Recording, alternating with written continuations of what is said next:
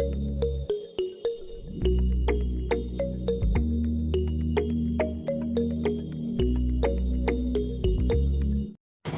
yun mga kalangga, magpapalang tatanghali na sa alas 12 na. So, welcome maging sa aking channel, PTV. Sa bagong pa lang po, support po tayo, Ruel Malalag, Gretchen Morales, Roboys and Rogers, at sa lahat po ng mga kasama akong charity vlogger. So, actually mga kalangga, itong lugar na to, ito yung halos ilang taong kami tumira dito. Waliit pa lang mo si Asami. Diyan sa Ayala Market, dyan po sa Sinima, nagtrabaho si Kumari nun. Isa pala anak namin, ano pa nun, 3 years old pa lang nun si Asami. Dito yon. Dati may fountain pa dito o wala na, ginawa na nilang garage. So dito kayo madalas mga kalangga. Ako naman katrabaho sa Cubao. So nag-alaga isa kong kapatid. So ito sa lugar na to mga kalangga, marami kami memory dito. No? At dito rin mga kalangga, nabuo si Ashley dun sa lugar na to, di ba? So grabe ang memory namin dito sa lugar na to. So andun na si mama, hinatid ko na kasama si sister. Makita nyo sa vlog ko, kaso nga lang saglit lang na vlog yun, nahihiya ang kapatid ko, mahihain siya. So samahan niyo ako mga kalangga, papunta na ako ng Guadalupe. Siyempre pagdating ko mag-Marte ako papuntang Pasig kasi Show Boulevard, papunta ako sa kapatid ko, may kukunin ako mga kalangga.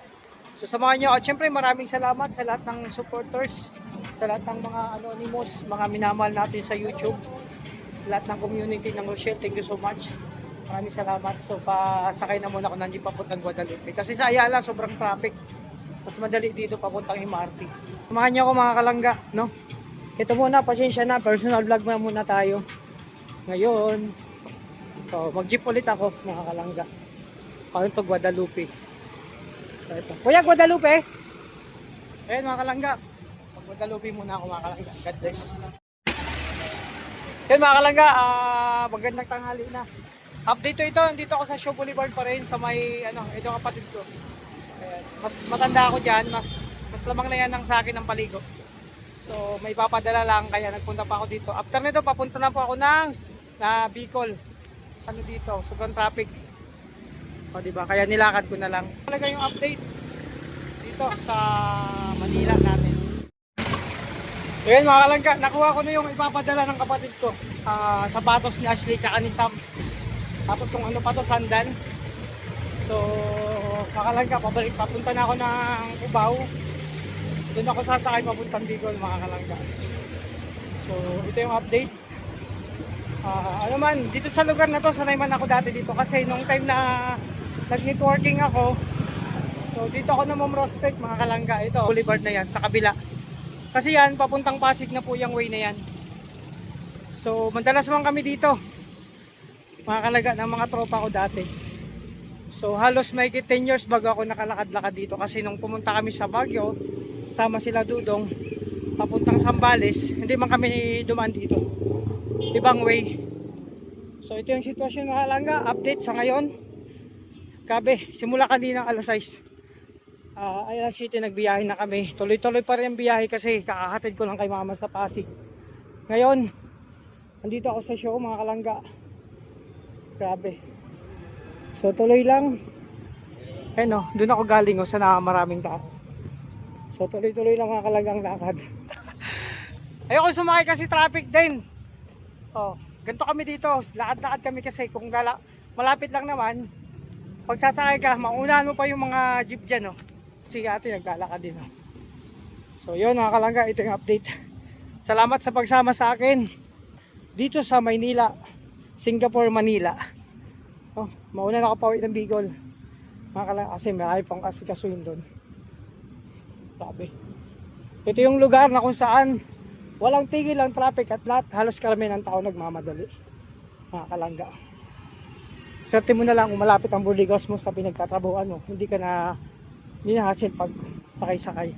So yan muna kasi at may karugtong pa itong mga kalangga. So yan mga kape. Head toward Epifanio de los Santos Avenue. Pagod na ako. Pero okay to, na-miss ko tong biyahe dito. Bus, jeep, MRT, diba? Mga kalangga. So yun. Papunta na ako ng Cubao. Hindi na ako magpipetex mga kalangga kasi malayo pa yun. Sa Cubao may sakay naman papuntang Bicol para makapagpahinga na ako. Simula Alas 6 gising na ako, 7 nagbiyahe na kami ni mama.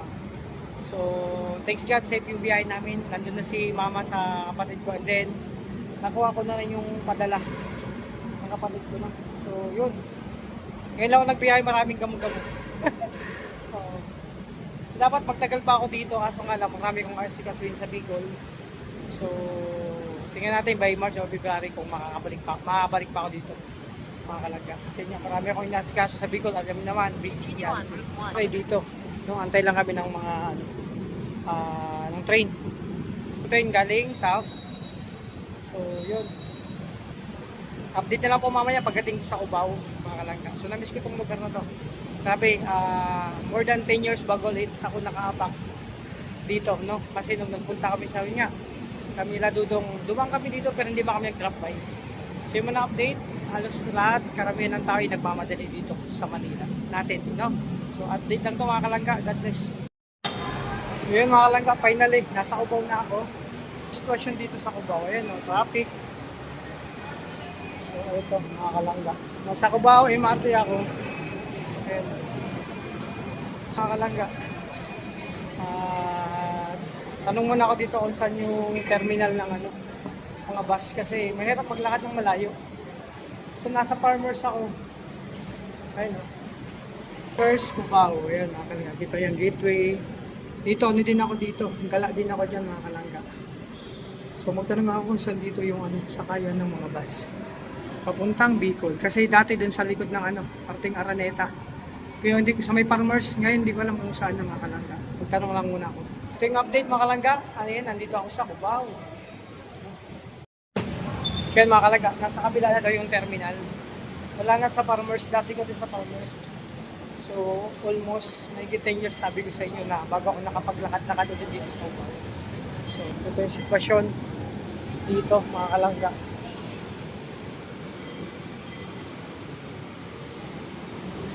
So, tingnan ko lang, tanungin ko lang kung di ba?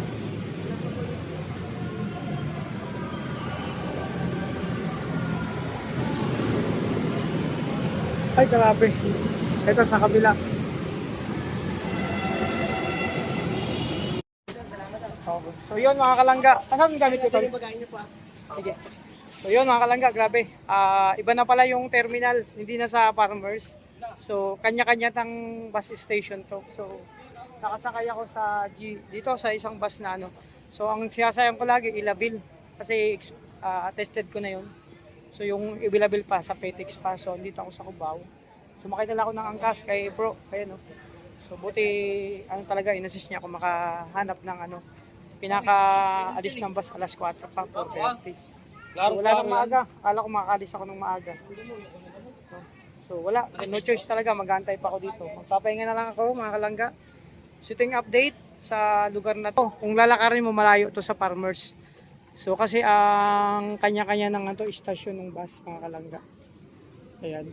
So, no choice ako. Wala tayong magagawa, mga kalangga. So, ng hapon. No, hapon na ako makakalis. Kala ko makalis ako ng mga alas 2. Madaling araw doon ako. So sana mabilis ang biyahe, mga kalangga. So dyan muna ako. Kayo, ito yung update, mga kalangga, sa biyahe ko papuntang Bicol. So ito malayo to, mga kalangga, dun sa may sa may MRT station. So yun. Si Kuya, salamat naman, talagang mabait siya mag-assist, mga kalangga. So update lang to. Ito muna ang lakad ko. Pauwi ng Bicol. God bless, mga kalangga. So yun, mga kalangga, magpalang gabi na, inabot na ako ng gabi.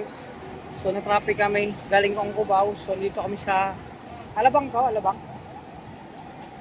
Alabang to. Alabang. Itong Alabang na to, marami akong memory dito. Kasi, pero nagbago na, hindi ko nakakabisado yung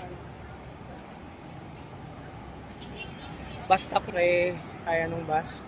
So po, muna ako ng Bicol, mga kalangga. So hindi ko naman tayo maglangga kasi hindi ko alam kung saan sila pupunta. Alam ko papuntang Davao sila, so hindi mo na ako makasabay. At syempre may asikasuhin ako doon pagdating sa Bicol. Alam nyo na, busy na naman ako doon, mga kalangga. Ito yung sitwasyon dito. Ayan o. Ito yung ilalim ng tulay, mga kalangga. Alabang to. So marami na nagbago. Diba? So ito yung update, mga kalangga. Kapi muna ako kasi malamig yung bus. yung aircon sa loob malakas. Mamaya pa naman to aalis. So ito muna ang update.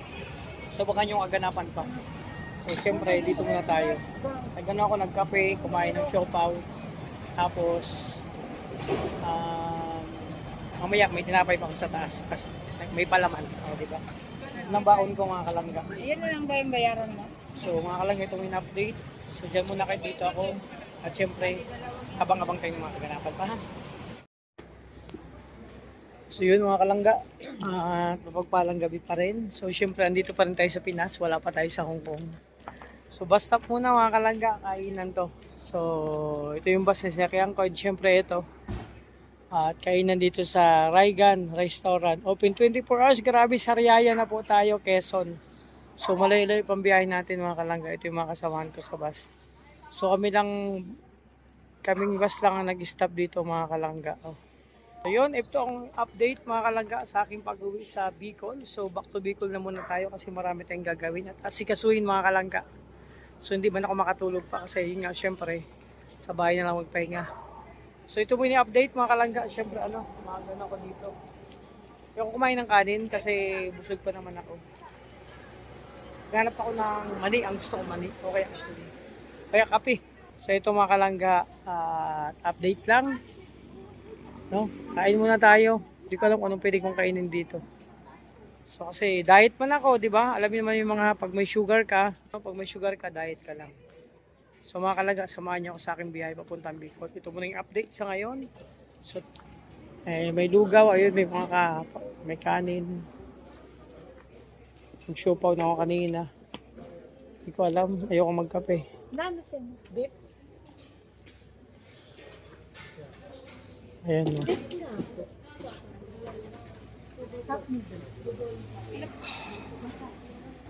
Ayoko na mag-cup noodles kasi yun nga. Nagkanto na ako kanina. Nagutom ako doon. Nagpaluto ako ng pansit canton tsaka itlog. Yun ang masarap kainin. Na para sa akin kanina.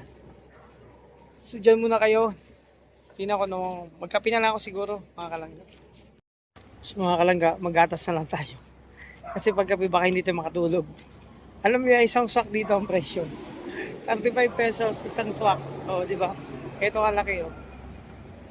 Ganun talaga pag mga bus stop, medyo mahal ang bilhin dito. Mga kalangga. Pero okay lang. Sunod magbaon tayo. Ay, gawin tamis. Kasi konti na nilagay na tubig.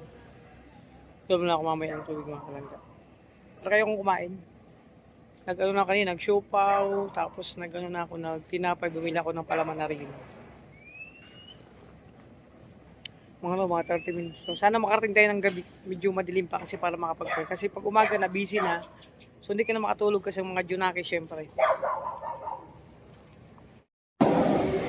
So yun mga kalangga, grabe.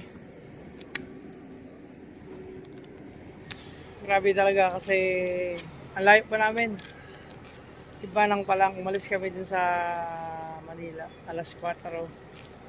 So napakalayo. Estimated ang dating mamaya-maya pa. So ang sakit sa biyayan, sakit sa sa puwet. Ito yung sitwasyon mga kalangga, na libmanan daw to. Ayan, stop over mo na yung bus. Ayan yung mga kasamahan kong pasahero. Ayan o.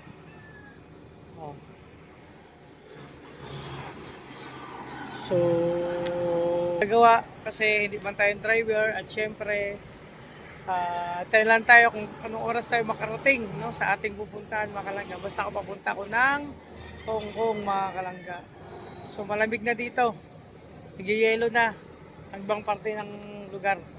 So ito muna update mga kalangga. Hanggang dito muna vlog ko. Tapos abangan nyo pa yung sunod na vlog mga kalangga. Maraming salamat sa lahat ng supporters, mga minamahal natin viewers, sponsor viewers, and lahat ng social community. Thank you so much pag-support. Lalo sa Waglangga, abangan nyo.